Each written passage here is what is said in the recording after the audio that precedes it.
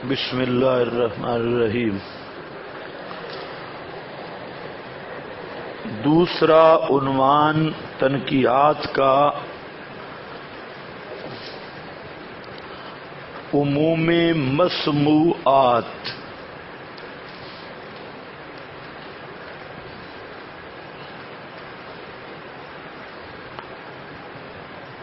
اس پر تنقیح number 1 ہے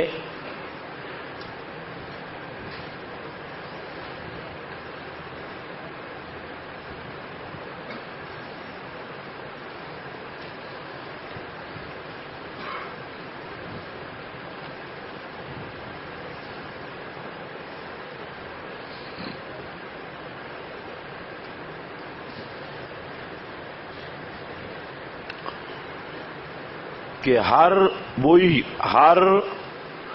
آواز سنتے ہیں یا مخصوص اصوات۔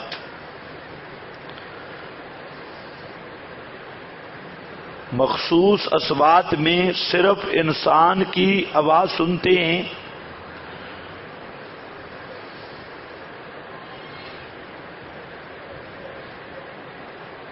یا غیر انسان کی بھی۔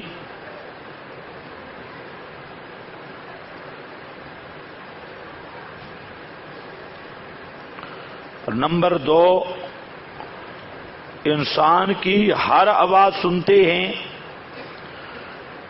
یا بعض مخصوص آوازیں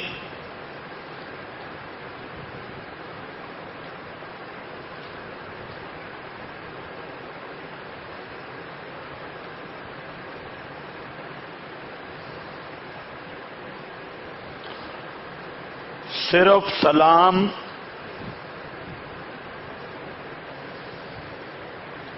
یا استشفاء،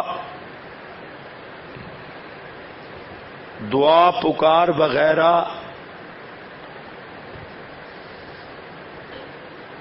جس چیز کے قائل ہو متعین کریں۔ یعنی صرف سلام سنتے ہیں، قبر پہ کوئی سلام کرے وہ تو سنتے ہیں، لیکن اگر کوئی استشفاء کی درخواست کرے وہ بھی سنتے ہیں یا نہیں؟ ان کو پکارے اغثنی یا رسول اللہ یہ بھی سنتے ہیں یا نہیں؟ تو یعنی اس کا تعلق ہوگا عموم مسموعات کے ساتھ۔ کیا سنتے ہیں اس کا تعین ضروری ہے۔ اور تیسرا ہے عموم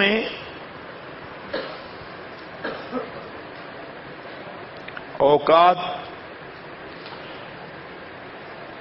کہ سماع موتا کے لیے کوئی ٹائم ٹیبل مقرر ہے یا سماع دائمی ہے؟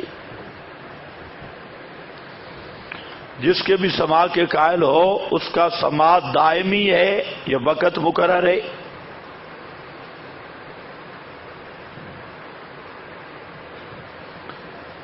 مثلا صبح سنتے ہوں اور شام کو نہ سنتے ہوں، شام کو سنتے ہوں صبح نہ سنتے ہوں۔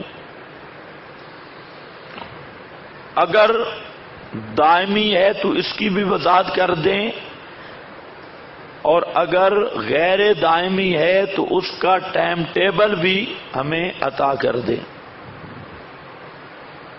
کہ کن کن اوقات میں سماع کے قائل ہو۔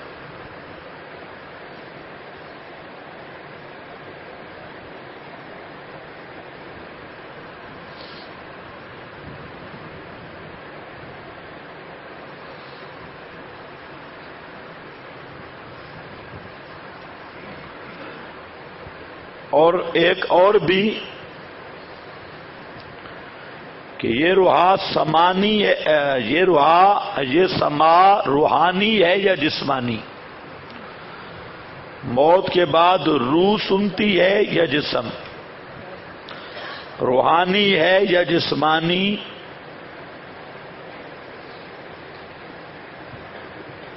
ہر ایک کا حکم بھی بیان فرما دیں۔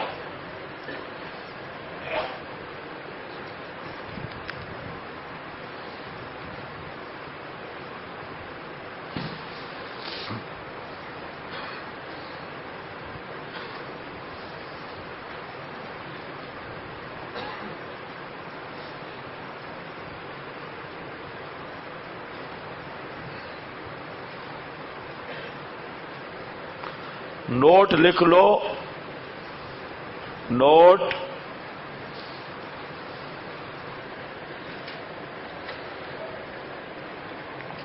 موجودہ قائلین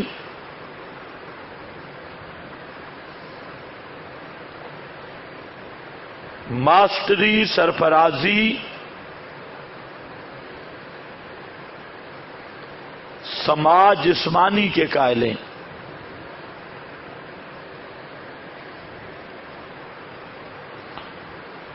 اس کے لیے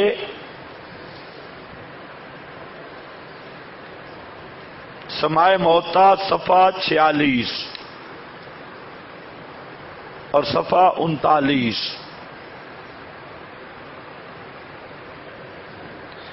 یہ روحانی سماع کے قائل ہیں۔ کس کے قائل ہیں؟ ہاں، یہ اس لیے میں کہہ رہا ہوں کہ آج کل انہوں نے ایک نیا طریقہ بھی شروع کیا ہے بریلویوں والا، کہ جب آپ زندہ تھے تو روح جسم میں مقید تھی، اور جب فوت ہو گئے تو اب وہاں جسم نہیں سنتا، روح سنتی ہے، اور روح کی پرواز اونچی ہے۔ تو یہ قائل کس کے ہیں؟ روحانی سماع کے نہیں، بلکہ کس کے؟ جسمانی۔ اس پر مولانا سرفراز کہتے ہیں جب حضرت کا جسم انصری محفوظ ہے اور روح مبارک کا اس سے قوی تعلق ہے، تو آپ قریب سے کانوں سے اہل دنیا کے اصوات کیوں نہیں سن سکتے، اور جسد انصری کی آنکھوں سے قبر اور برزخ کی چیزوں کو کیوں نہیں دیکھ سکتے؟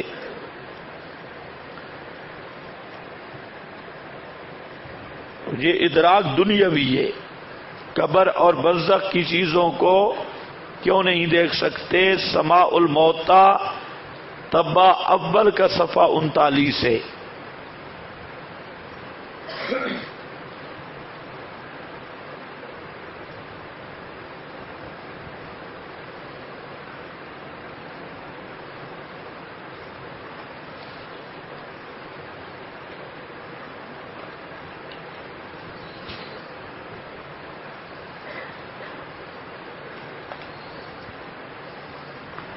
تنقید نمبر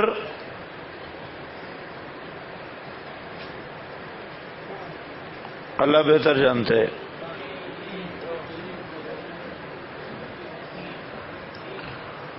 ہاں، سماع موتا عادتن ہے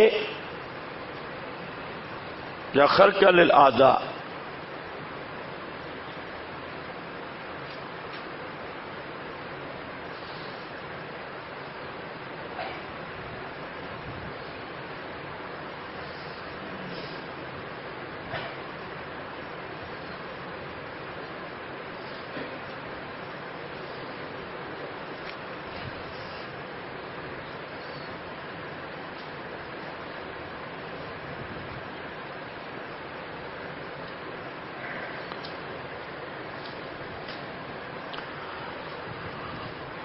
نوٹ موجودہ قائلین سماع عادی کے قائل ہیں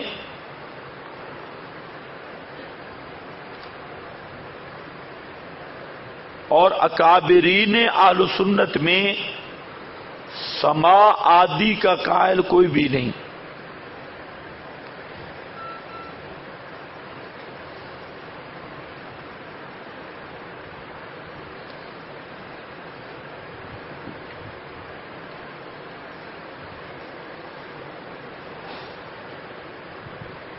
تنقید نمبر،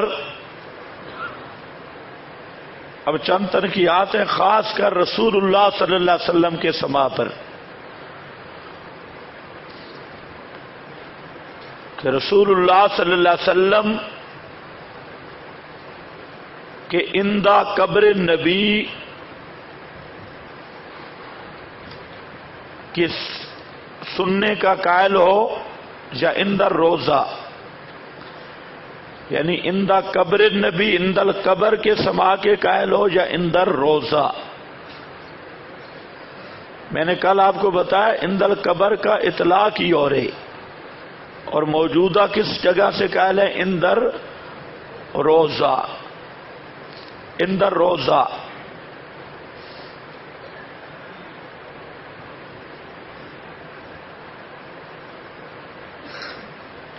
نوٹ: موجودہ صورتحال میں اندیت کا تحقق ہی ناممکن ہے۔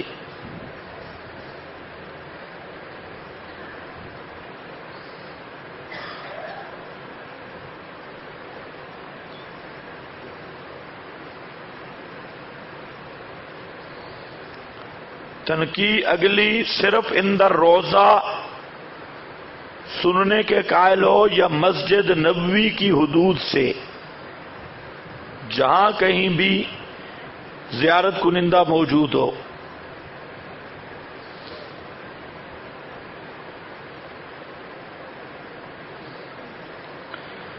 نوٹ: یوسف لدھیانوی،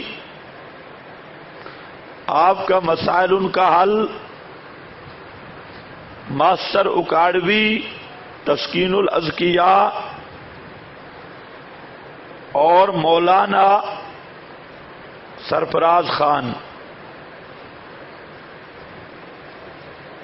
کی ایک عبارت،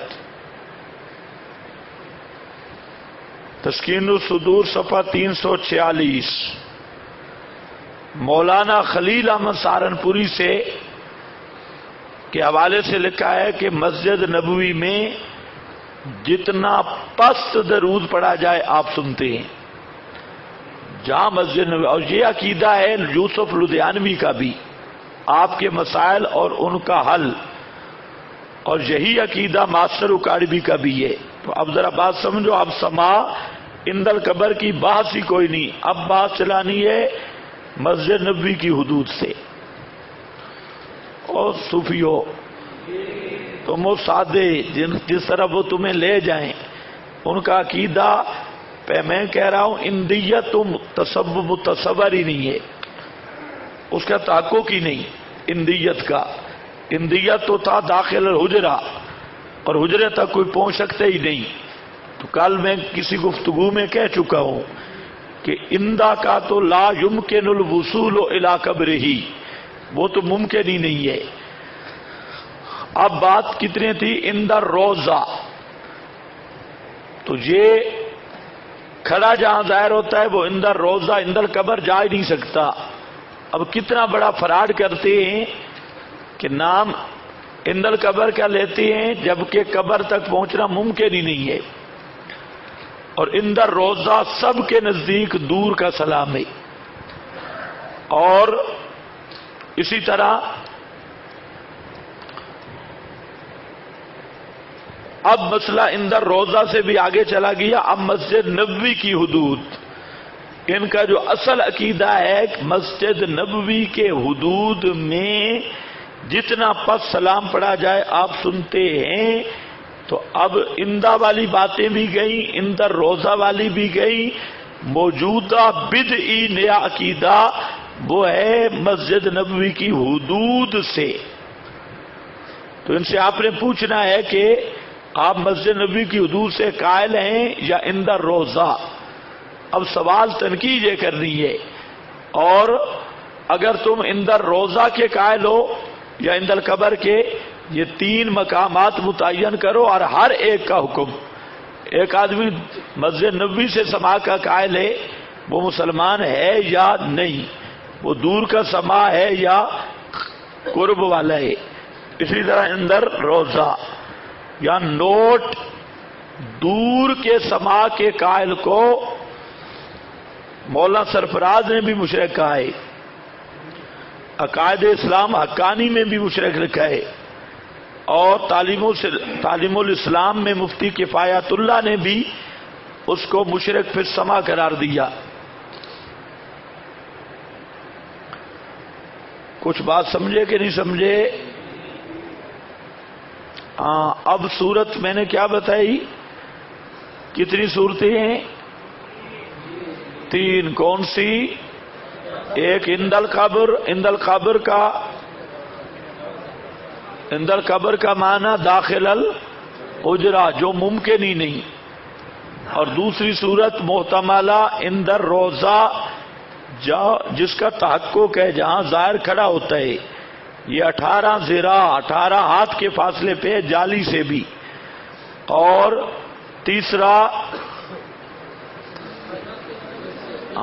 حدود مسجد نبوی، جتنا پس سلام، اور اصل اب موجودہ کا عقیدہ کیا ہے؟ حدود مسجد نبوی. تم لڑ رہے ہو اندیت پر، اور یہ قائل ہیں حدود مسجد نبوی سے. تو اب آئندہ تنقید القبر شبر کی کوئی نہیں. ان کو کہو کہ اگر حدود مسجد نبوی یہ بعید ہے یا اندہ کا مصداق ہے. اگر مصداق ہے تو اسی کا تم نے ثابت کرنا ہوگا مسجد نبوی کی حدود سے، اور اگر دور ہے تو پھر یہ سب بزرگوں کی قربانی دینی ہوگی، کیونکہ یہ دور کے سما کے قائل ہے، اور دور کے سما کا قائل مشرک ہے. لہذا لدھیانوی صاحب، اکاڑوی صاحب، سرفراز خان صاحب، یہ سب اتبا شیبہ ابو جہل کے درجے کے آدمی ہیں. تو اب ایک چیز میں نہیں فتویٰ لگا رہا، ان سے پوچھ رہی ہے بھئی تم بتا دو کیا ہے.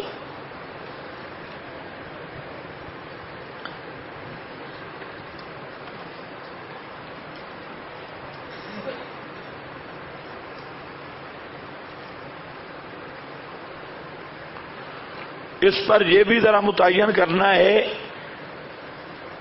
کہ دور سے سما کے قائل کا حکم بھی متعین کرو،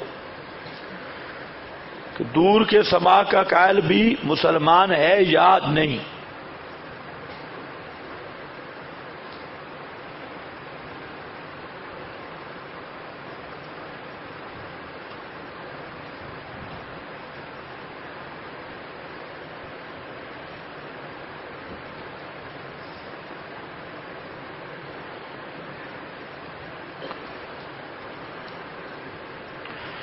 بس یہ ہیں تنقیحات.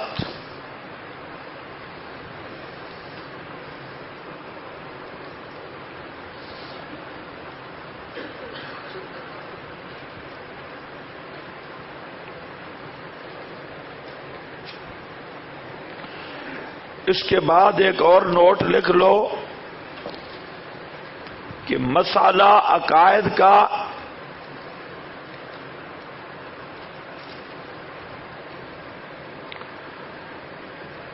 تو دلائل بھی وہی پیش کرنے ہوں گے جو مثبت عقائد ہیں، جن کی تفصیل آپ پڑھ چکے ہیں.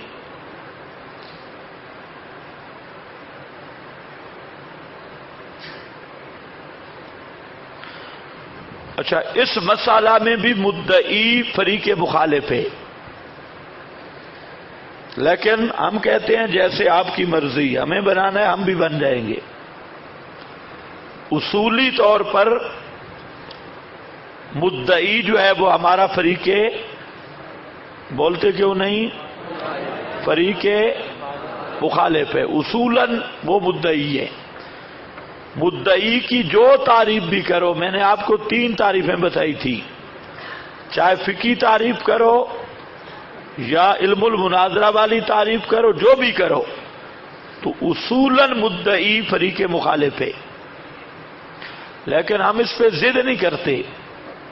ہم کہتے اگر ہمیں مدعی بنا دو تب بھی آپ کی مہربانی، ہم بھی بن جائیں گے، اور تم اپنا منصب مدعی والا نبھاؤ تب بھی. بس اب میں دلائل کی طرف آ رہا ہوں.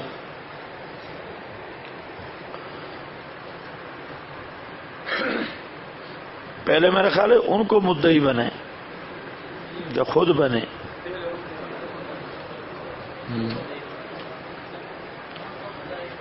ہاں اچھا، ان کو مدعی، وہ بیچارے روئیں گے. ہاں چلو، اب مدعی وہ ہے.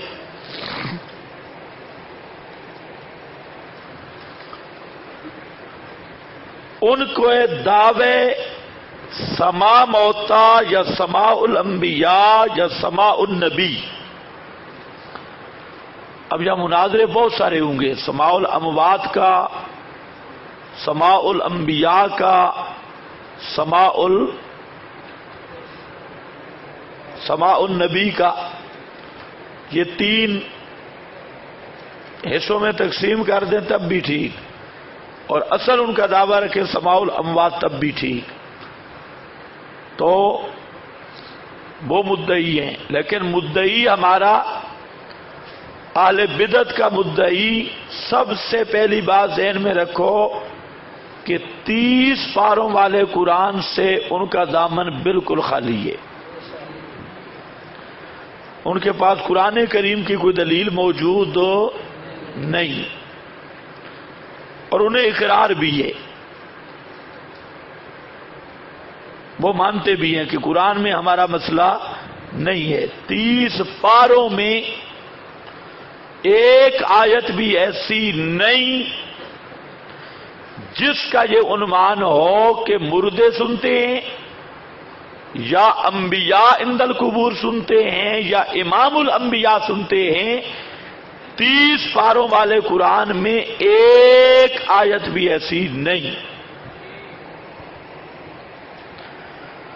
اور یہ وہ ایسا گولی ہے، تعویذ ہے کہ یہ ہم نے ان پڑھوں کو بتایا کہ ان کو کہو قرآن پاک کی آیت لاؤ، روایات کی بحث بعد بھی ہے۔ ایک آدمی تھا گجرانوالے کا، سکول ماسٹر تھا، وہ سید عنایت اللہ شاہ صاحب کا بھی دوست تھا اور مولانا سرفراز خان کا بھی۔ تو جب ان کا اختلاف ہوا تو وہ پریشان ہوا، وہ شاہ صاحب کے پاس گیا، اس نے کہا حضرت شاہ جی اس کا فیصلہ ہونا چاہیے۔ حضرت شاہ جی نے فرمایا پہلا فیصلہ تو تب ہے کہ مولانا سرفراز مجھے اکٹھا بٹھاؤ، گفتگو ہو تو تب ہوگا فیصلہ۔ اور مولانا سرفراز گفتگو سے اتنا بھاگتا تھا کہ اتنے یہ بھی نہیں بھاگتے۔ رات کو وہ تقریر میرے پاس ہے سید عنایت اللہ شاہ صاحب کی، نصرت العلوم کے پڑوس میں شاہ صاحب نے تقریر کی، تو ایک آدمی کھڑا ہوا مولانا سرفراز کا مقتدی، اور اس نے کہا کہ شاہ جی میں مولانا سرفراز کو لاتا ہوں اور مناظرہ کرو۔ تو شاہ صاحب نے فرمایا کہ صبح تک میں ادھر ہوں، صبح بھی ادھر ہوں۔ احیاء العلوم ایک مدرسہ ہے گجرانوالہ میں، صبح تک ادھر ہوں۔ اور وہ آدمی گیا، لیکن شاہ صاحب نے فرمایا کہ مولانا سرفراز خان زہر کا پیالہ پی لے گا، عنایت اللہ سے مناظرہ نہیں کرے گا، تو کہو میں ادھر ہوں۔ وہ آدمی گیا مولانا سرفراز کے پاس، مولانا سرفراز اس پہ غصے ہوئے اور کہا کہ میں صاحب کلام ہوں، صاحب لسان نہیں ہوں، میں مناظرہ نہیں کرتا۔ تو شاہ صاحب نے کہا اس ماسٹر کو کہ یہ آیت ہے 22واں پارہ سورت فاتر تے آیت نمبر بھی 22، اس پر اس نے کھولا اور انگلی رکھوائی کہ یہ آیت، یہ اس کا ترجمہ دے، اور جا مولوی سرفراز کے پاس اور اس کو کہو کہ عنایت اللہ شاہ نے مجھے ایک آیت پر انگلی رکھوائی ہے، تو بھی اس 30 پاروں والے قرآن میں ایک آیت پر انگلی رکھوا جس کا معنی ہے انبیاء سنتے ہیں یا نبی پاک سنتے ہیں یا مردے سنتے ہیں، کوئی بتا دے، میں دونوں آیات پہ تحقیق کروں گا۔ وہ آئے، مولانا سرفراز کو کہا تو غصے میں ہو گئے، جیسے یہ مسئلہ قرآن والا نہیں ہے، قرآن پاک میں سارے مسائل ہیں، کہاں لکھا ہے قرآن میں کھوتا حلال ہے، کھوتا حرام ہے، گدھا حرام ہے فلاں۔ تو وہ واپس ہو گیا اور مسلمان بھی ہو گیا، پہلے متردد تھا۔ تو اب بات یہ ہے کہ انہوں نے ایک 2 پاس ورڈ رکھے، 2۔ ایک تو جب ہم ان کو کہتے ہیں قرآن کی طرف آؤ، تعالو الی ما انزل اللہ، اب انہیں پتہ ہے کہ اس مسئلے میں قرآن سے دامن خالی ہے، مسئلہ آیات میں بھی دیکھا اس میں بھی۔ اب یہ بدبخت اتنے ہیں کہ آگے سے اور بولیاں بولنا شروع کر دیتے ہیں، کبھی کہیں گے قرآن میں کہاں لکھا ہے کتا حرام ہے، کہاں لکھا ہے کھوتا حرام ہے؟ تو وہ بھی ہم انشاءاللہ دکھا دیں گے. لیکن یہاں بات یہ نہیں ہو رہی، ہم کوئی پرویزی نہیں ہیں. ہم کہتے ہیں قرآن بھی حجت ہے، حدیث بھی حجت ہے، اجماع صحابہ بھی حجت ہے. یہ تو ان کو کہو پرویزیوں کو یا ان کو جو حدیث کو حجت نہیں مانتے. لیکن ہم دو باتیں کرتے ہیں. ایک تو یہ کرتے ہیں کہ قرآن میں جب ایک فیصلہ موجود ہے تو اس کے مقابل کوئی حجت قابل قبول نہیں ہو سکتی. یہ سوال تو تم تب کرو کہ قرآن میں ہو کھوتا حلال ہے اور ہم کہیں حرام ہے، پھر آپ کہیں قرآن سے نکالو. ہم کہیں قرآن میں ہے مردے نہیں سنتے. سمجھے کہ نہیں؟ اب اس کے مقابل روایات جتنی ہیں وہ رسول کا فرمان نہیں ہے. اس لیے ہم کہتے ہیں اگر دلیل لانی ہے تو لاؤ قرآن سے. تو ایک قرآن سے دامن بالکل خالی، حوالے جتنی آیت بھی نہیں. وہ جو انہوں نے کوشش کی دو مقام پہ وہ میں نے آپ کو حقیقت بتا دی. تو اب مسئلہ یہ ہے احادیث میں سماع الاموات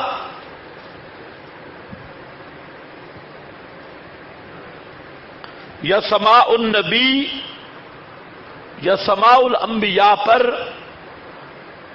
ایک بھی حدیث متواتر نہیں. نہ سماع الاموات پر، نہ سماع الانبیاء پر، نہ سماع النبی پر. ایک بھی متواتر بھی نہیں، مشہور بھی نہیں ہے. میں نے کیا کہا؟ قرآن کی آیت بھی، حدیث متواتر یا مشہور بھی، ایک بھی نہیں. اب تیسرے نمبر، میں نے آپ کو ایک بات بتا دی موارد اور عادت کی. سماع عادی پر ایک خبر واحد بھی نہیں. عادتاً سماع موتا پر یا سماع انبیاء پر یا سماع النبی پر ایک خبر واحد صحیح بھی نہیں. یہ بات ذہن میں رکھ لو. خبر واحد صحیح بھی ایسی نہیں جس سے عادتاً میت کا سماع ثابت ہو، اور ایک بھی خبر واحد ایسی نہیں جس سے سماع الانبیاء ثابت ہو، بلکہ انبیاء کے سماع پر تو کوئی من گھڑت موضوع روایت بھی نہیں ہے. من صلی علیہ امام الانبیاء کے بارے میں پیش کرتے ہیں. سماع الانبیاء پر کوئی من گھڑت روایت بھی نہیں. ایسی روایت جس میں کہ انبیاء عند القبور سنتے ہیں، اس لیے پھر انہوں نے ڈھونڈا، کہتے جی اجماعی مسئلہ ہے. امام احمد نے کہا کہ ہر کذاب کی علامت ہے جب مسئلے پہ دلیل نہ ہو تو کہتا ہے الاجماع علی ھذا. اب کب اجماع ہوا کوئی پتہ نہیں، اور اجماع بھی کس کا معتبر ہے؟ مجتہدین کا. اور مجتہدین میں سے ایک بھی سماع کا قائل نہیں ہے، پہلے میں نے بتا دیا.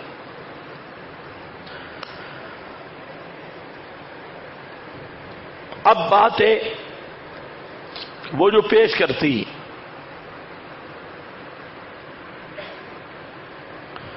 اصولی طور پہ مدعی کے پاس کوئی دلیل نہیں.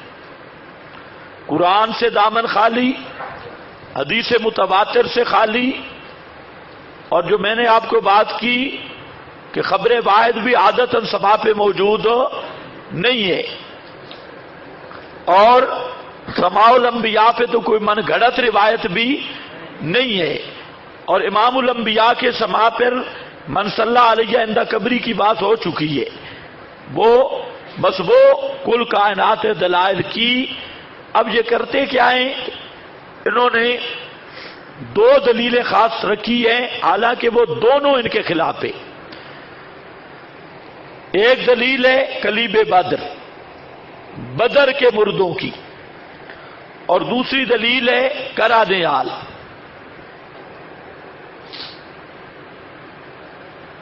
اب میری طرف توجہ رہے، جہاں تک مسئلہ ہے کلیب بدر کا، تو وہاں یہ صحیح بات ہے کہ کلیب بدر والا واقعہ ان مردوں نے سنا ہو تب بھی ہماری دلیل ہے، ان مردوں نے نہ سنا ہو تب بھی ہماری دلیل ہے،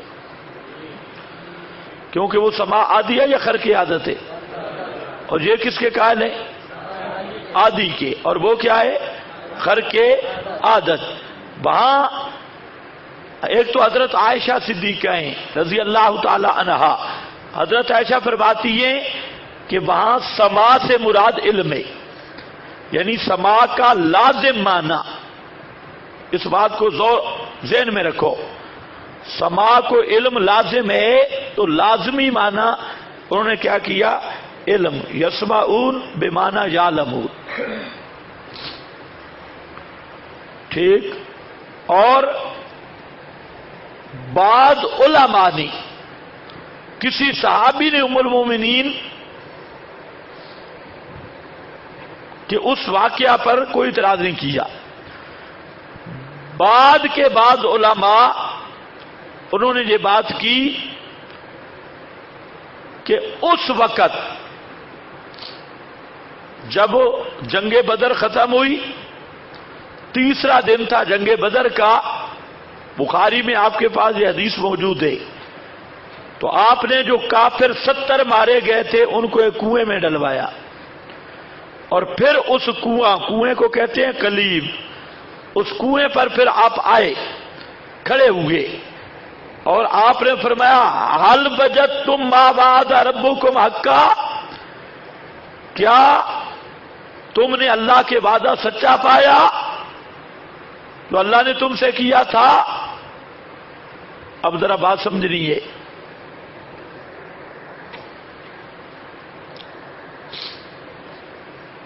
تو آپ نے فرمایا، حضرت عمر بولے، وہ بعد میں بیان کرتا ہوں، قال اناس من اصحاب النبی قالوا یا رسول اللہ، صحابہ سب بول پڑے، اور بعض نے تو کہا کہ ہمیں تو مسئلہ یہ پڑا ہے مردے نہیں سنتے، انک لا تسمع الموتى، اور کیف تکلم اجسادا، حضرت عمر نے تو یہ آیت بھی پڑھی کہ ہمیں تو آپ نے یہ پڑھایا ہے لا تسمع الموتى کیف تکلم اجسادا۔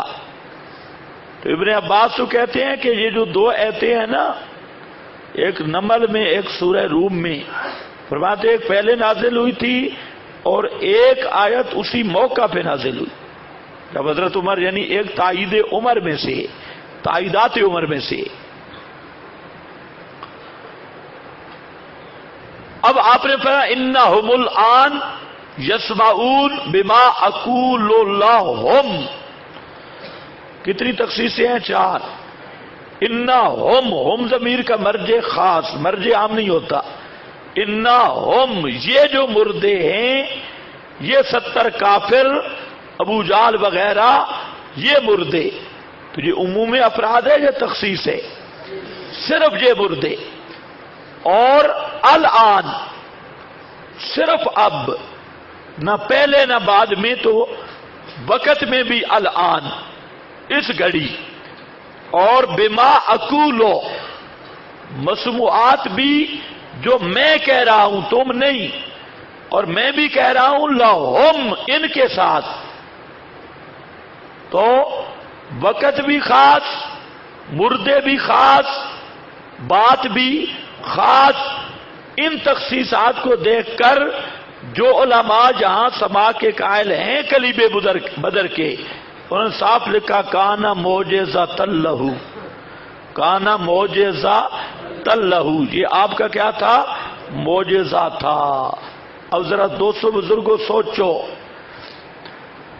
اگر مردوں نے نہ سنا ہو حضرت عائشہ والی بات ہو تب بھی کلیب بدر ہماری دلیل ہے، اور اگر ان مردوں نے بات سن لی ہو تب بھی دلیل کس کی بنے گی؟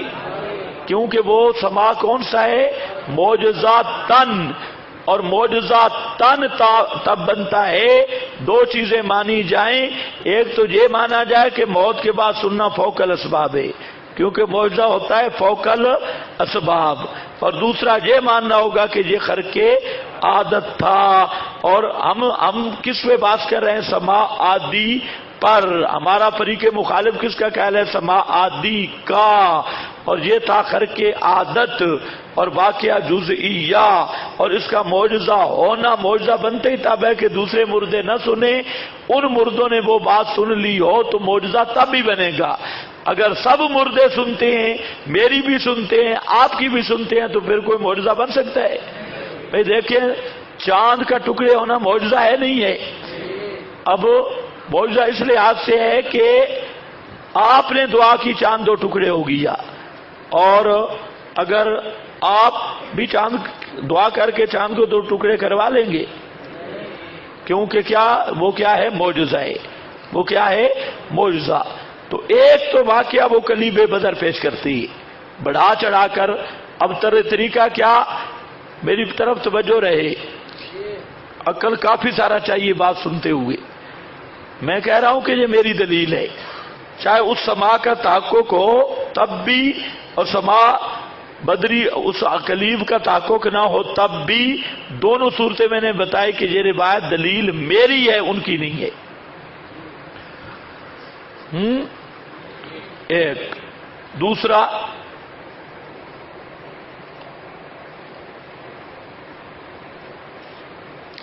یہ کیا کہتی ہیں؟ ان سے تو بات ہے کہ یہ مردے سنتے ہیں یا نہیں، اس پہ دلیل لاؤ. تو کلیب بدر کیسے استدلال کرتے ہیں؟ چونکہ انہوں نے سنا تھا نا، چنانچہ یہ بھی سنتے ہیں. تو ان مردوں کو قیاس کر رہے ہیں کس پر؟ کلیب بدر پر. اور اب یہ ان کا استدلال قیاس سے ہے، حدیث سے نہیں. حدیث سے اگر ثابت ہوگا تو صرف بدر کے کنویں والے مردوں ان کا سننا ثابت ہوگا. اب یہ دلیل دینا کہ ان مردوں نے سنا تھا لہذا یہ بھی سنتے ہیں، سمجھو بات یہ بنے گا ان کا قیاس. تو قیاس بھی کس کا بنے گا؟ مجتہد کا نہیں. کس کا بنے گا؟ انہی کا اپنا، بزرگوں کا قیاس جو مقلد ہیں. تو قیاس تو بزرگوں، مقلد کے قیاس اور بولے حمار میں کوئی فرق نہیں ہے.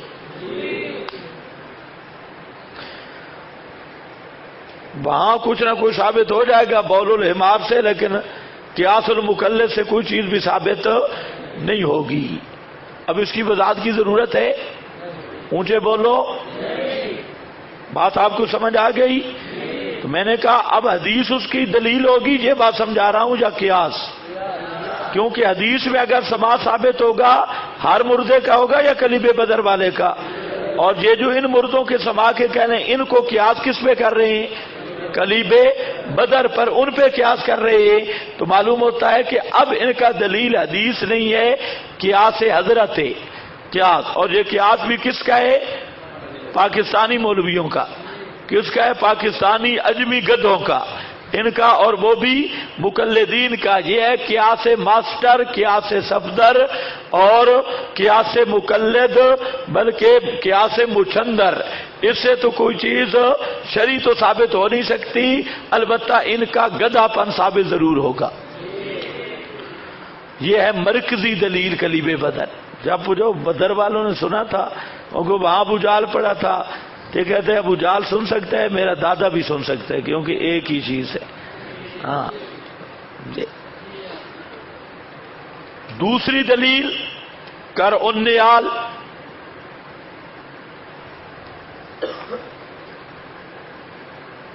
کیا ہے؟ کر النیال، مردہ جوتوں کی آہٹ سنتا ہے. اس میں ذرا غور کرو، شابش، اس بات میں ذرا غور کرو. مردہ جوتوں کی آہٹ سنتا ہے، یہ ان کی دلیل بن سکتی ہے یا ان کے خلاف ہے؟ سوچو، ایسے نہ کہو، سوچو. یہ ان کی دلیل بن سکتی ہے یا ان کے خلاف ہے؟ وہ صرف جوتوں کے سما کے قائل ہیں؟ صرف اول وضع کے ساتھ قائل ہیں؟ یہاں پر ایک چیز جزئی کا اس بات ہو رہا ہے، اور وہ تو جناب قائل ہیں عموم مسموعات کے، عموم مسموعات، عموم افراد، جو اصل دعویٰ ہے ہر مردہ ہر وقت ہر بات سنتا ہے، ورنہ تو متعین کرے، متعین ان کے باپ سے نہیں ہو رہا اب تک۔ تو اس لیے بعض لوگ جہاں دھوکہ دیتے ہیں وہ کہتے ہیں امام بخاری نے بھی باپ باندھا۔ میں کہتا ہوں امام بخاری نے باپ باندھا ہماری تائید میں۔ امام بخاری نے باب المیت یسمع خفق النعال سنو، پھر آپ کو شیخ الحدیث بھی دھوکہ دیں گے۔ امام بخاری کو کیا ضرورت پڑی تھی یسمع کرا نعال پر باب المیت یسمع خفق النعال باندھنے کی؟ امام بخاری کو تو باب باندھنا چاہیے تھا سماع الاموات، سماع الموتى۔ تو امام بخاری نے یہ باب نہیں باندھا، اور کیا کہا کہ باب المیت یسمع خفق النعال۔ بخاری بتا رہا ہے کوئی بدھو جہاں سے سماع موتیٰ کشید نہ کرے یا مردوں کے سننے کی بات قطعاً نہیں، صرف ایک جزئی واقعہ، ایک جزئی چیز کی بات ہے، نہ عموم اوقات ہے نہ عموم مسموعات ہے۔ اور یہ روایت خود للڑوں کے خلاف وبال جان ہے۔ یہ کوئی حنبلی پیش کرے تو کرتا رہے، لیکن ان للڑوں کے یہ روایت خود خلاف ہے۔ یہ ہر چیز کے سما کے قائل، اور روایت میں آیا صرف کیا ہے؟ ایک آدمی کا دعویٰ ہو کہ ₹1,00,000 قرض کا، اور گواہ ملے ₹1 کا، تو ₹1 والے گواہ سے لاکھ کا دعویٰ ثابت ہوگا؟ دعویٰ ہے سماع الموتیٰ، مردے سنتے ہیں۔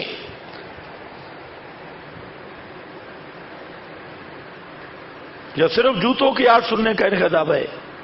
بھئی اور کوئی چیز نہیں سنتے، جوتوں کی آہٹ کو دلیل بناتے ہیں، جوتے کی سنتے ہیں تو لہذا سنتے ہیں نا، یہ لہذا آگے لمبا کر رہے ہیں۔ اگر صرف جوتے کی حد تک رہیں تو ان کے سر پہ جوتے نہ پڑے، ان کے سر پہ جوتے پڑ اس لیے رہے ہیں کہ جوتے کو دلیل بناتے ہیں سماع موتیٰ کی۔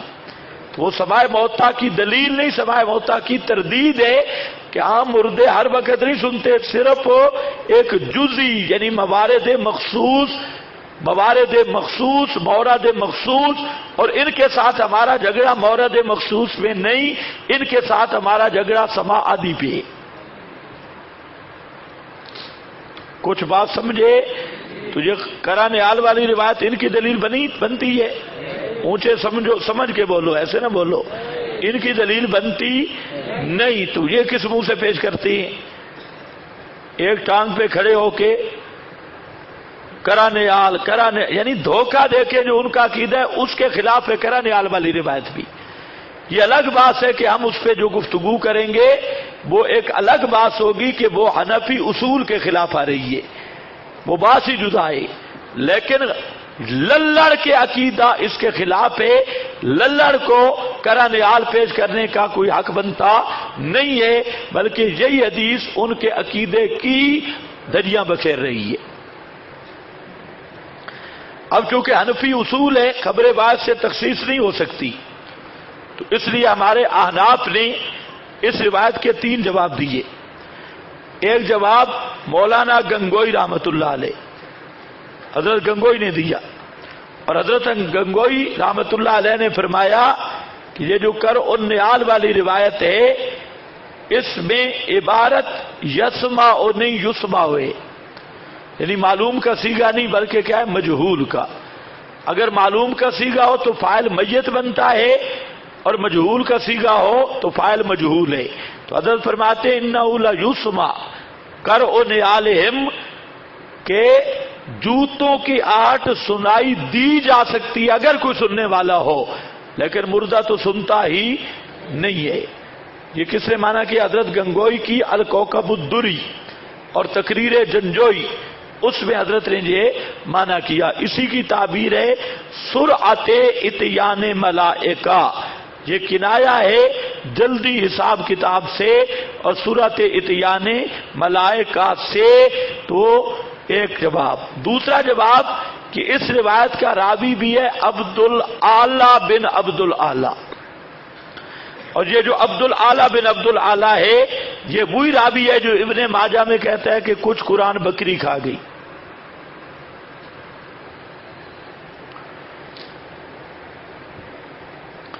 اور تیسرے نمبر پر اس کو شامی نے کہا. آپ کی توجہ ہے میری طرف؟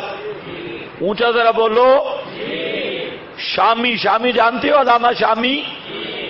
علامہ شامی نے کہا ہے ان سا سندہ ولیکن معلول لعلت تقتضی عدم ثبوتها وہی مخالفتہ للقرآن.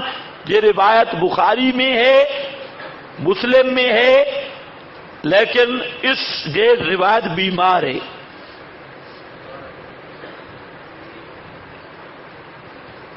ہاں کیا ہے؟ کیا ہے یہ روایت؟ کیا ہے؟ انصاف سند معلول لعلت. معلول کا معنی ہوتا ہے بیمار. یہ روایت بیمار ہے. عقیدہ بیمار ہے تو ثابت ہوگا کہ صحت مند روایت لاؤ. روایت ایک ملی وہ بھی بیمار. ہاں ہے بخاری میں. خیال کرنا معلوم ہوتا ہے کچھ بیماری بخاری کی روایات میں بھی ہے، مکمل بیماری سے سالم نہیں ہے. اب آپ نے جو کام کا ٹھیکہ لیا نا ماشاءاللہ، اب تو ہمارے اشاعتی کھڑے ہو گئے. انہوں نے کہا بخاری لا رہے کتابیں. پہلے دوسرے کہتے تھے اور اب انہوں نے بھی کہنا شروع کیا. علم ترقی کرتا ہے روزانہ، تو یہ بھی پہنچ گئے اس پہ. تو آپ میری بات سمجھ رہے ہیں؟ کون کہہ رہا ہے؟ شامی. ہاں ذرا چادر دیکھ کے پاؤں پھیلانا، جتنی چادر ہو اتنی پھیلانا، کہیں باہر ہی نہ نکل جائیں. ہاں تو شامی کہہ رہا ہے کہ یہ بخاری کی روایت قرآن کے مخالف ہے، اس لیے معلول ہے اور حجت نہیں ہے. اب قرآن بچاؤ گے یا بخاری شریف؟ اور مولوی خضر نہیں کہہ رہا، امام شامی کہہ رہا ہے. خیال کرو. رد المحتار ہے امام شامی کا. کتنے جواب ہو گئے؟ 3. یہ شامی کا جو عبارت ہے آپ کے پاس پتہ نہیں کہیں لکھی ہے یا نہیں، کیونکہ یہ مختلف سالوں کے کاغذ بھی مختلف ہو گئے ہیں. میں نے یہ بھی نہیں دیکھا کہ آپ کے پاس کس سال کے کاغذ ہیں. ہاں بھائی. تو خیر ان صاح سندہ لکنہ معلول من جہت المعنی لعلت تقتضی عدم ثبوتہ منہ وہی مخالفتہ للقرآن. یہ فتاوی شامی جلد 3 صفحہ 180. عینی شرح ہدایہ جلد 2 صفحہ 641.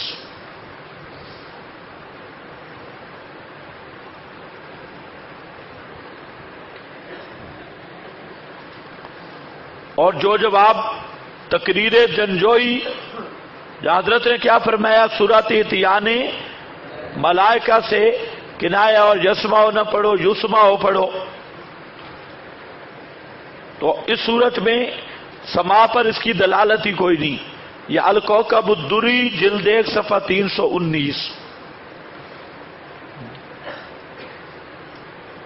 تقریر الجنجوئی. ہمارا جب ابتداءً ان سے مقابلہ شروع ہوا تو ایک مولوی تھا ضیاء الرحمان فاروقی کا بھائی عطاء الرحمان فاروقی، اور وہ جو عطاء الرحمان فاروقی تھا اگر 100 کھوتا اکٹھا کرو تو وہ ایک بنتا، بالکل چبل. اس نے گجرانوالہ میں تقریر کی. اب ذرا بات سمجھو، اعتراض کیا کر رہا ہے. پورا مجمع علماء بھی بیٹھے. کہتا ہے کہ لوگوں میں آپ کو یہ بات کہہ دینا چاہتا ہوں، نیلوی گستاخ اکابر ہے، نیلوی گستاخ اکابر ہے، اس نے ہمارے اکابر کو گالیاں دی ہیں، اور ان میں ایک گالی یہ ہے، اس نے حضرت گنگوئی کو جنجوئی لکھا۔ استغفر اللہ استغفر اللہ۔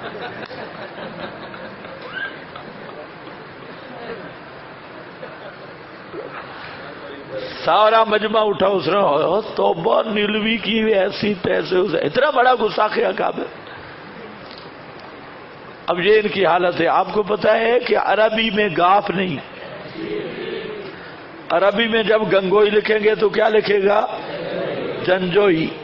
ہاں، لیکن یہ اعتراض ہو رہا تھا حضرت نیلوی شاہ صاحب پر کہ نیلوی اتنا گستاخ ہے کہ اس نے حضرت گنگوئی کو جنجوئی کہا۔ استغفر اللہ استغفر اللہ۔ مولوی صاحب بھی کانوں پہ ہاتھ لگا رہے تھے، بہت غلطی کی، لیکن یہ نہیں پتا کہ حضرت کی اپنی تقریر ہے مسلم پر، اور اس تقریر کا نام ہے تقریر جنجوئی، عربی میں ہے تقریر جنجوئی۔ اچھا، آج کل عربیوں نے گاف لے آئے ہیں، پہلے نہیں تھا، آج عربی گاف بھی بولتی ہے، اب انہوں نے عربی ساری گڑبڑ کر دی ہے۔ تو آج سعودیے میں ہم نے دیکھا کہ وہاں پر گاف بولا جا رہا ہے، پہلے گاف نہیں تھا، اس لیے آپ نے نورانی قاعدہ پڑھا ہوگا۔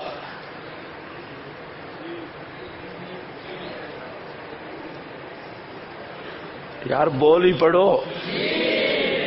ہاں، پہلے ہمارے مخالف کہتے ہیں کہ یہ بیٹھ جاتا ہے قرآنی لڑکوں کو ترجمہ پڑھاتا ہے اور ہمارے خلاف فتوے لگاتا ہے، یہ سارے قرآنی لڑکے اکٹھے کر کے، تو ان کو ہمارے خلاف۔ تو آپ نے تو نورانی قاعدہ پڑھا ہوا ہے نا؟ اچھا، تو اس میں گاف ہے؟ خیر، تقریر جنجوئی یہ بھی دیکھ لینا، اس کا صفحہ میں نے بتایا،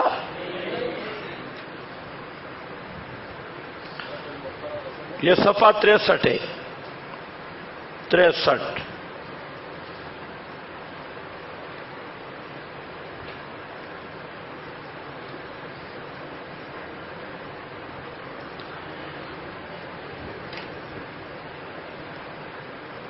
اور بعض نے یہ بھی مانا کیا کہ لو کان حیا فإن جسدہ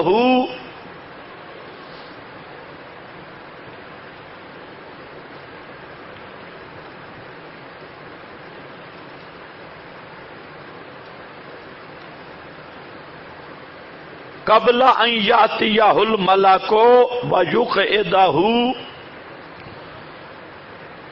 میت لا یحس بشیء۔ مطلب ہے یہ مقید بالحیات ہے کہ اگر کوئی زندہ ہوتا تو وہ جوتوں کی آواز سن لیتا، بس۔ اور زیادہ زیادہ یہ ہے بھی کیا؟ خبر واحد۔ اور وہی جواب شامی نے دیا، تو گویا جو حنفیہ کا اصول ہے کہ خبر واحد کتاب اللہ کے مقابل آئے گی تو خبر واحد کی تعویل کریں گے یا ترک کی جائے گی، تعویل نہ ہو سکی، تو شامی نے رد کر دیا، قرآن کے مخالف ہے، اور حضرت گنگوئی وغیرہ نے اس کی تعویل کر لی کہ اس میں سما وغیرہ کی بات ہی نہیں ہے۔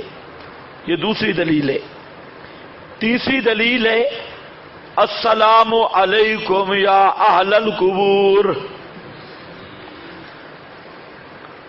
السلام علیکم یا اہل القبور اہل الدیار من المؤمنین۔ یہ مسلم شریف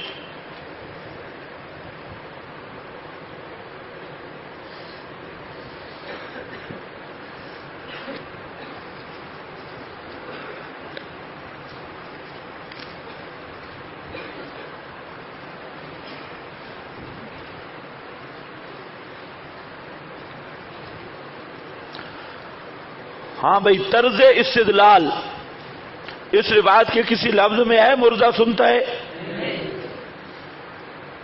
غور کر لو، طرز استدلال کہ اگر سنتے نہیں تو سلام کیوں کیا، ایک، اور دوسرا اگر سنتے نہیں تو خطاب کیوں کیا۔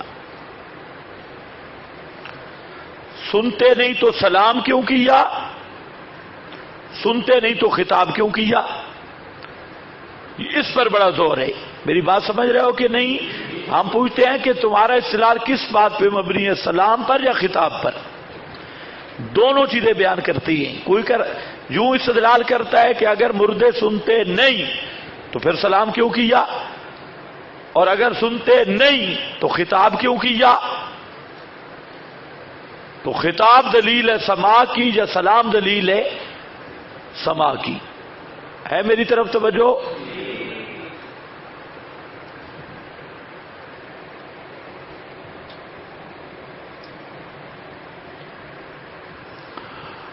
اس سے پہلے کہ میں جواب دوں ایک لطیفہ سنو. مولانا سرفراز خان پر بریلوی عالم نے گرفت کی. اس نے کہا کہ السلام علیکہ ایھا النبی، السلام علیکہ ایھا النبی. یہ نماز میں پڑھتی ہے. اگر رسول پاک حاضر ناظر نہیں تو خطاب کیوں کرتے ہیں، سلام کیوں کرتی ہے؟ تو اس سے معلوم ہوتا ہے کہ رسول پاک حاضر ناظر بھی ہیں اور سنتے بھی ہیں، اس لیے سلام کیا جاتا ہے. مولانا سرفراز نے تبرید النواظر میں لمبی بحث کی، جس کا خلاصہ یہ ہے کہ بریلوی مولوی کا دماغ بھی خراب ہے. سلام یا خطاب کے لیے سننا کوئی ضروری نہیں، موجود ہونا کوئی ضروری نہیں. یہ تبرید النواظر. اور جب سماع الموتیٰ لکھی تو کہتے ہیں سب سے وزنی دلیل ہی یہ ہے کہ اگر مردے سنتے ہیں تو سلام کیوں کیا. یعنی حاضر ناظر والے مسئلہ میں خود بریلویوں کو جواب دیے، وہاں استدلال پہ رد کیا اور سماع الموتیٰ میں آ کے اسی کو پیش کیا. تو اب للڑ پن سے ان کو کہو اگر آپ کی یہی بات ہے کہ سلام یا خطاب تب ہوتا ہے کہ مردہ سنے، تو پھر آپ نماز میں جو پڑھتے ہیں السلام علیکہ ایھا النبی، بقول اپنے کیا عقیدہ ہے کہ آپ سنتے ہیں اور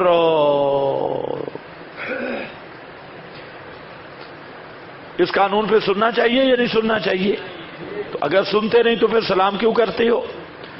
وہ جو چیز قبروں والوں پہ سلام پر فٹ کر رہے ہیں آپ نماز والے سلام پہ فٹ کریں، انشاءاللہ اسی وقت نظر اپنے مقام پہ آ جائے گا. ایک دوسری بات یہ ہے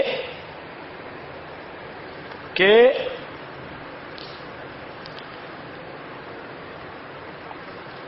ہمارا سوال ہے کہ تمہارا بنیاد کیا ہے استدلال کی، خطاب یا سلام؟ کلام عرب میں اگر تمہاری بنیاد ہے سلام کیوں کیا سنتے نہیں، تو سلام کے معنی 5 ہے. ابھی وضاحت نہیں کروں گا، میں پہلے بتا چکا ہوں اور پورے نہیں بتایا تھا. 5 معنی کسی مقام پہ میں نے ترجمہ میں بتایا تھا. سلام بمعنی رحمت ہے، سلام علی المرسلین، سلام علی نوح. سلام بمعنی آلن سالن مرحبا ہے، جاءک الذین یؤمنون بآیاتنا فقل. سلام متارکت ہے، سلام علیکہ خاطبہم الجاہلون قالوا سلاما. سلام تحیہ ہے. اور اسی طرح سلام کیا ہے؟ مغفرت کی دعا. یہاں سلام کی کیا کس معنی میں ہے؟ مغفرت کی دعا ہے. اور اس لیے سلام کے لیے بھی کوئی سننا ضروری نہیں، یہ سلام دعائے مغفرت ہے. اور اگر آپ کہتے ہیں کہ سلام کے لیے سننا ضروری ہے تو آؤ آپ کو آسان سی بات کروں. نماز کا جو سلام ہے اس کے بارے میں مسئلہ ہے کہ مقتدی امام کی نیت کرے گا. حدیث میں بھی ہے، ہدایہ میں بھی ہے. مقتدی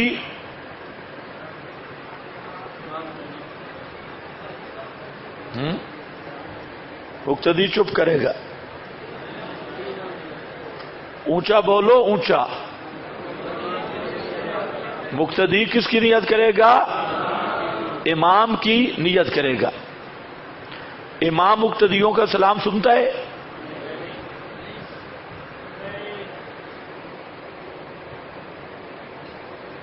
ویسے بندے میں کچھ حیا ہونی چاہیے، آپ میرا خیال ہے بالکل فارغ ہیں۔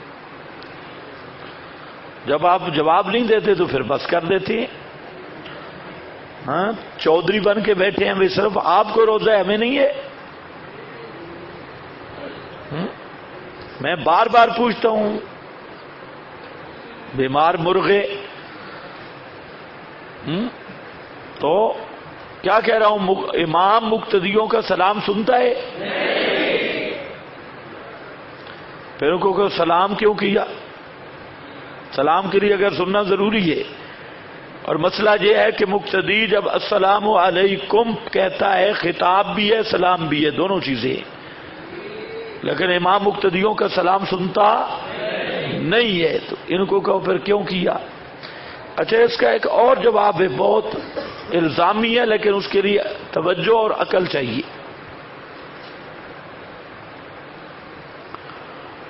یہ کہتے ہیں کہ اوپر مردے کو جس نے سلام کیا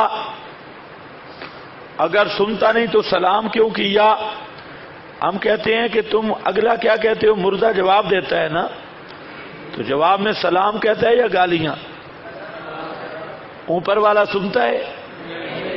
اب اوپر والی دلیل کو نیچے فٹ کرو۔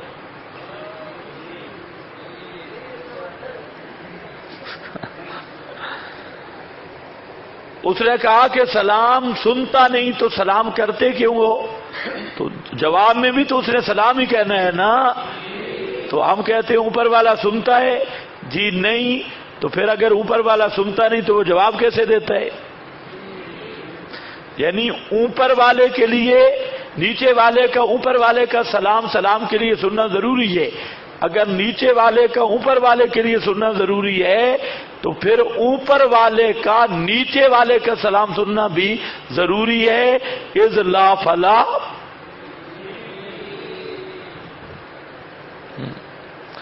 اسی چیز سے پکڑو جس سے وہ متمسک ہے، اسی مقام سے۔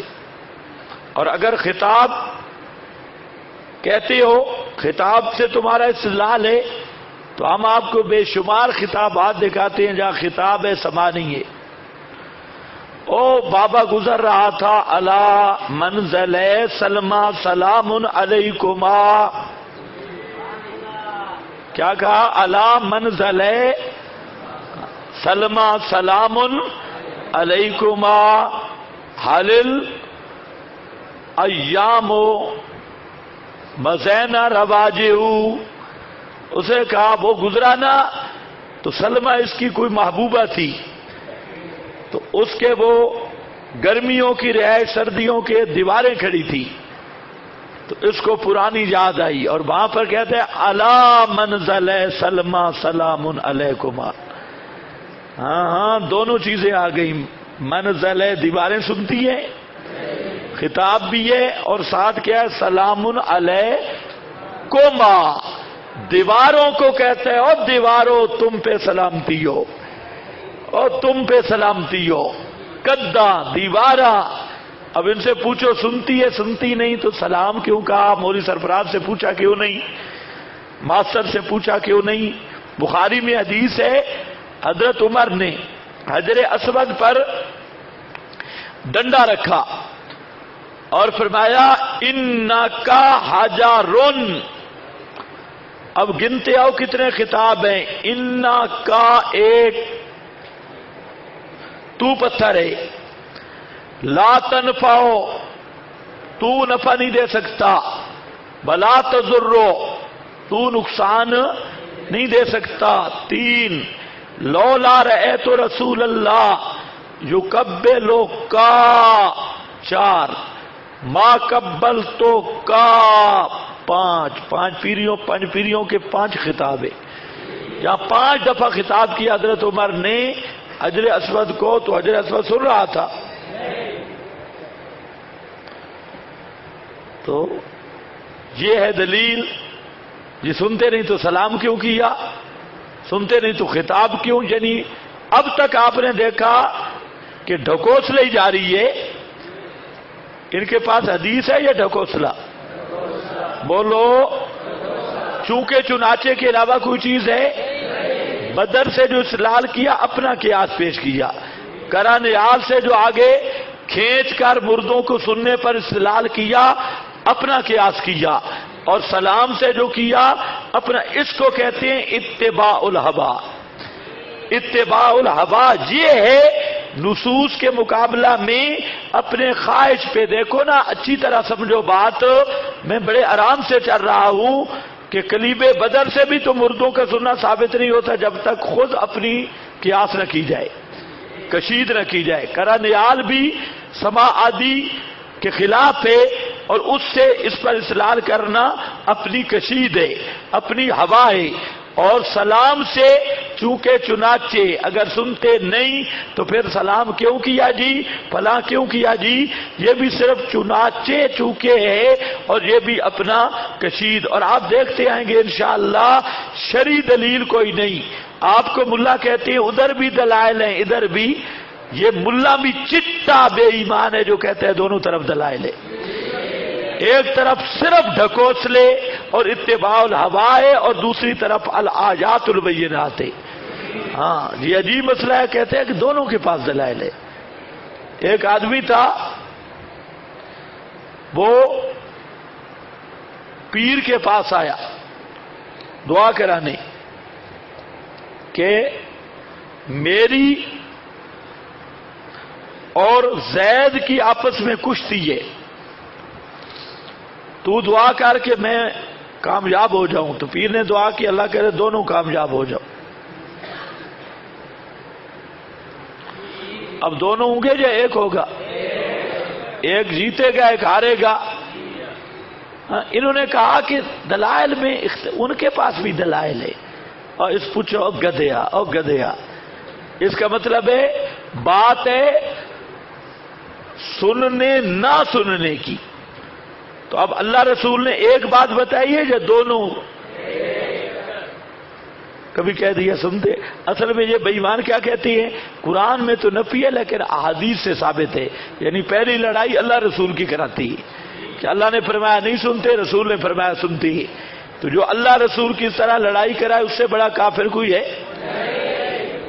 ہاں اس لیے واضح میں رکھو. اب دیکھو ان کے صرف شٹر لی آتی کچھ بھی نہیں. خطاب تو حضرت ابراہیم نے بتوں کو بھی کیا الا تاکلون ما لکم لا تنطقون. خطاب نہیں سنتے تھے وہ.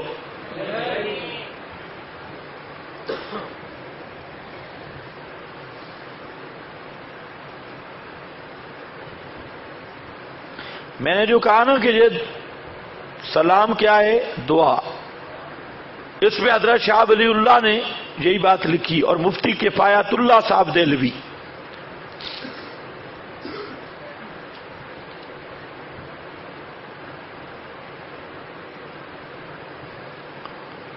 وہ فرماتے ہیں کہ سلام ظاہر موتا رات دعا است.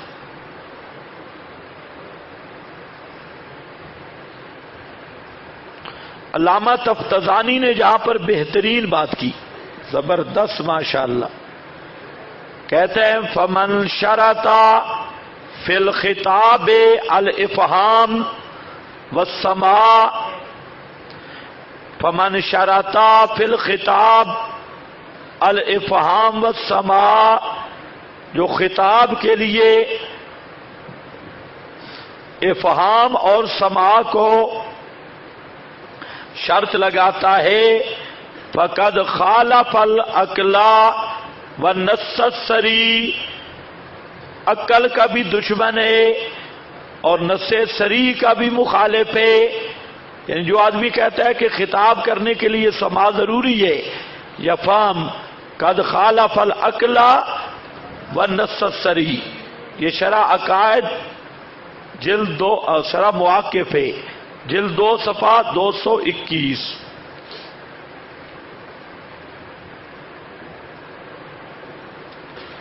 ہاں بھائی اب حدیث شبہ نمبر 4.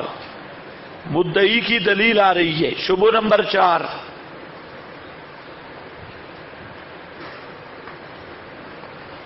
یہ سماع الموتیٰ صفحہ 231 پر روایت لائے مولانا سرفراز. 231 پر حضرت عبداللہ ابن مسعود سے فرماتے ہیں قال رسول اللہ صلی اللہ علیہ وسلم لا یزال المیت یسمع الاذان ما لم یتین قبرہ،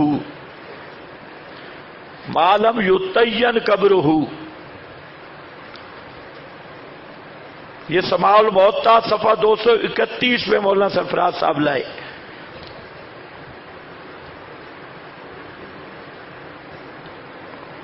الجواب، اچھا معنی کیا ہے کہ عبداللہ ابن مسعود فرماتے ہیں کہ ہمیشہ میت اذان کی آواز سنتا رہتا ہے جب تک قبر کو لیپا نہ جائے، اور قبر لیپ دی جائے تو پھر اذان کی آواز بھی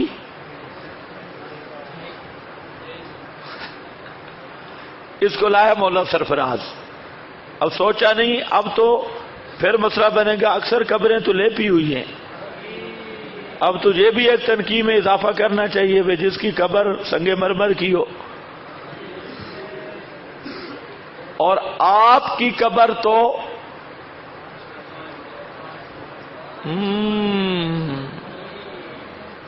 سمجھے کہ نہیں سمجھے؟ پھر آپ کا تو نہ سننا متعین ہو گیا نا. صرف اوپر تھوڑا تھوڑا گارا آ جائے تو مردہ نہیں سنتا. لیپا سمجھتے ہو؟ 3 سے لیپا، اور دیوار آ جائے وہ تو اتنی موٹی ہوتی ہے، تھوڑا سا لیپا آ جائے مردہ نہیں سنتا. پھر تو بہت اچھا. یہ دلیل بنے گی سماع کی یا تردید بنے گی؟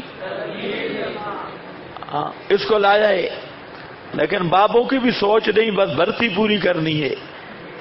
یہ ہے جناب موضوع علی رسول اللہ، موضوعات ابن جوزی جلد نمبر 3 صفحہ 238.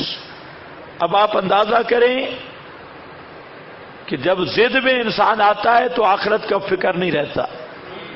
مولانا سرفراز موضوع روایت کو دلیل بنا رہا ہے عقائد کی. کیا بات ہے، کوئی بریلوی بناتا تو اس پہ تعجب نہیں تھا، لیکن یہ ہے خان صاحب. علامہ ابن جوزی موضوعات کا علامہ محمد طاہر پٹنی، یہ بڑے علامہ گزرے ہندوستان کے، فرماتے ہیں موضوع یہ روایت من گھڑت ہے. تذکرۃ الموضوعات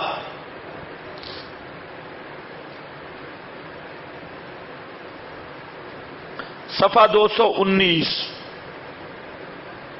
حافظ ابن حجر فرماتے ہیں اسنادہ باطل، اس کی سند باطل ہے. تلخیص صفحہ 132 جلد نمبر 2. دوسرا جواب، یہ پہلا جواب ہے. اس روایت کی سند میں راوی حسن جس کا سماع عبداللہ ابن مسعود سے ثابت نہیں. اما الحسن فإنه لم يسمع من ابن مسعود. موضوعات ابن جوزی جلد 3 صفحہ 238. تنزیہ الشرعیہ صفحہ 363 جلد نمبر 2.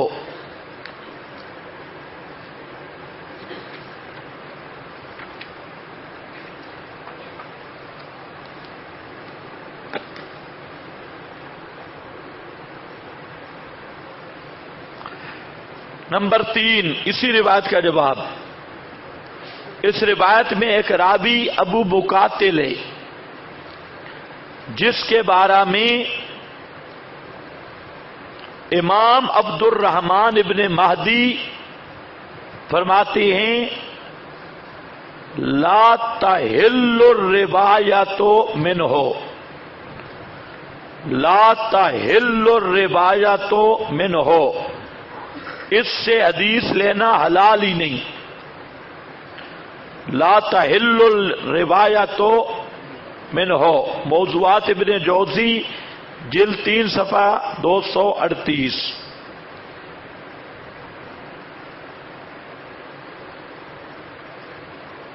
اور نمبر 4، اس میں ایک راوی ہے محمد بن قاسم طالقانی، محمد بن قاسم طالقانی، کانا یضع الحدیث، اس نے حدیثوں کی فیکٹری بنا رکھی تھی، خود تراشتا تھا. یضع الحدیث، تنزیہ الشریعہ جلد 2 صفحہ 112.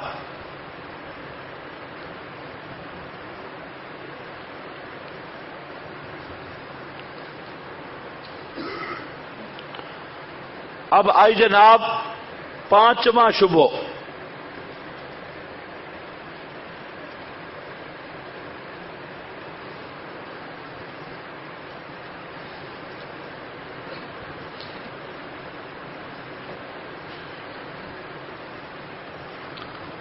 یہ مولانا سرفراز نے اس روایت کو بڑا مثالہ لگایا بہترین کر کے.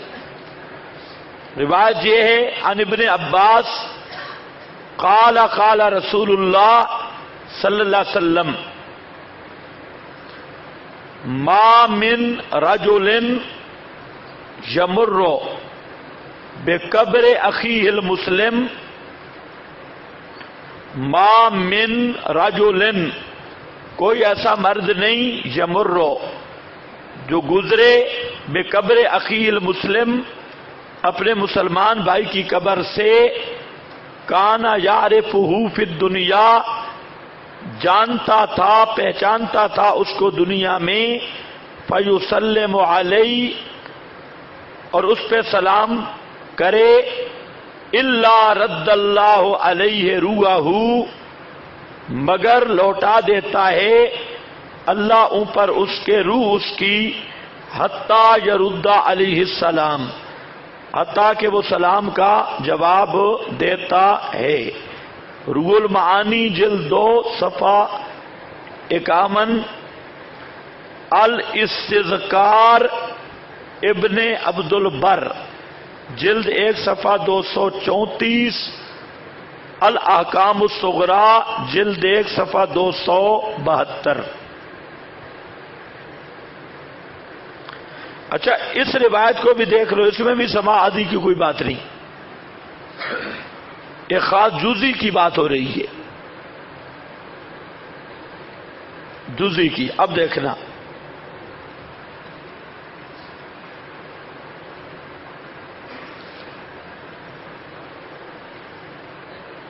جواب،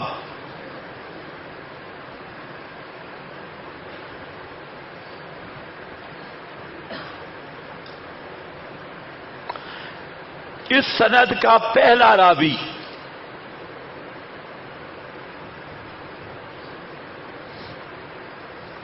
اس کی سند بھی لکھ لو، اس کو بہت زیادہ پیش کر رہے ہیں، غیر مقلد بھی اس کو لے آ رہی ہے، للڑ بھی.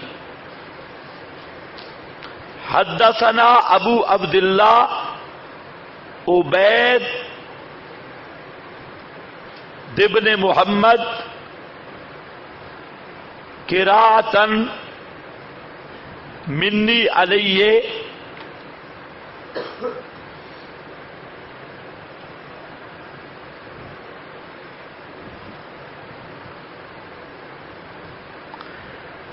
الی آخری. سند کا پہلا راوی ابن عبداللہ کا استاد یعنی ابو عبداللہ عبید بن محمد کی، جس کا نام ہے عبید بن محمد، یہ مجہول راوی ہے، مجہول راوی، اس کی سکاحت درکار ہے. فمن ادعى فعليه البیان.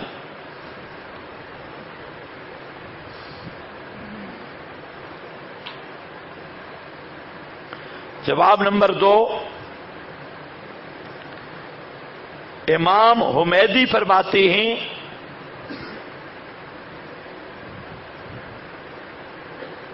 کہ یہ صوفی آدمی تھا، کانا رجلن صالحن، صوفی صالحن، صالح کی اصطلاح ہے صوفی، اور مسلم کے مقدمے میں لکھا ہے کہ ما رأیتو اکذب من الصالحین فی الحدیث، کہ سب سے بڑے کذاب یہ صوفی ہوتے ہیں حدیث کے معاملہ میں۔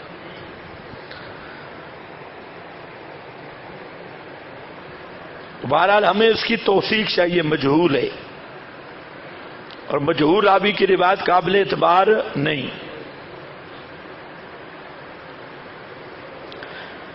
اچھا، وہ مقولہ بھی لکھ لو، یحییٰ بن سعید القطان کا فرمان ہے مسلم میں، لم نر الصالحین فی شیء اکذب منہم فی الحدیث، کہ صوفیوں سے بڑا کذاب حدیث کے معاملے میں کوئی نہیں۔ مسلم شریف جلد 1 صفحہ 33 اور 34۔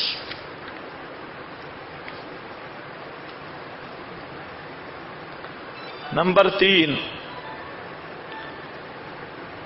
اس کی سند میں فاطمہ بنت ریان،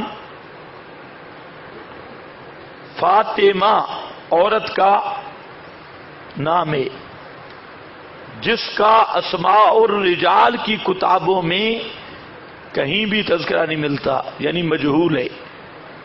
یہ فاطمہ نامی عورت یہ خود مجہول ہے، اس کا کتب اسماء الرجال میں کہیں تذکرہ نہیں ملتا۔ نمبر 4، اس کی سند میں راوی ہے عبید ابن عمیر، اس کے متعلق تقریب التہذیب صفحہ 347 اور میزان الاعتدال جلد 3 صفحہ 21 میں لکھا ہے یہ بھی مجہول ہے، یہ بھی مجہول ہے۔ کتنی باتیں ہو گئیں؟ 4۔ نمبر 5، حافظ ابن رجب الحنبلی نے اس حدیث کو منکر کہا۔ علامہ آلوسی نے بطور ابن رجب کی بات کو نقل کیا، تردید نہیں کی۔ روح المعانی جلد 21 صفحہ 51۔ جی نوٹ، اس روایت پر بہترین بات دیکھنی ہو تو العلل المتناہیہ صفحہ 429 430 کے حاشیہ پر موجود ہے۔ علل المتناہیہ کتاب ہے، اس کے صفحہ پر حاشیہ پر بہترین اس پر بحث ہے۔ 430 429۔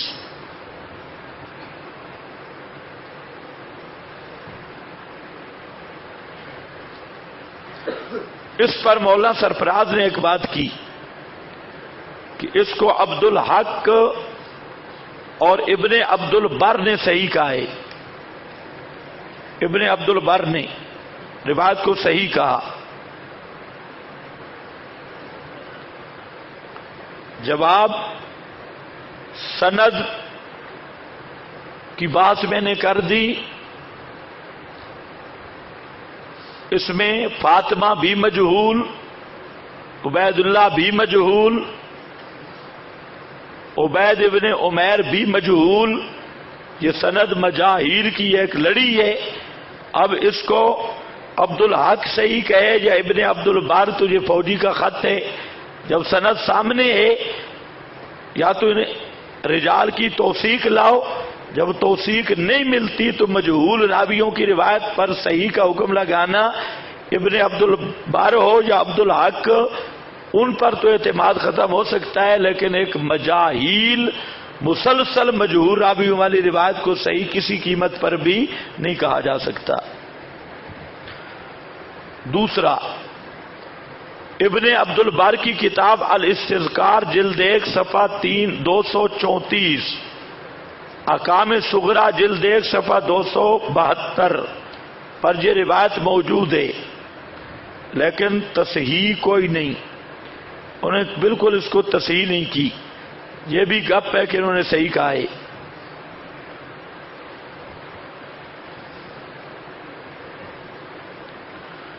اور جواب آپ کے ذہن میں ہے، اس روایت میں روح لوٹائی جاتی ہے، قرآن کیا کہتا ہے؟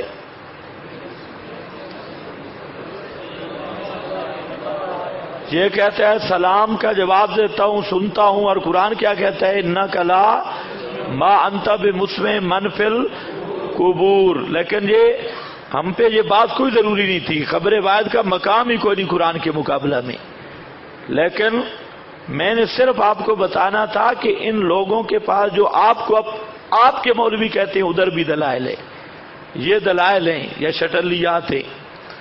ہاں یہ دیکھو، اب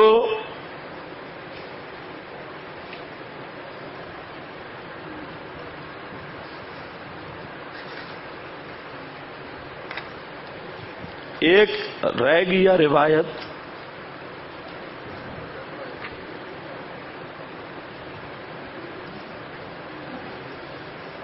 چلو یہ بعد میں کر لیں گے۔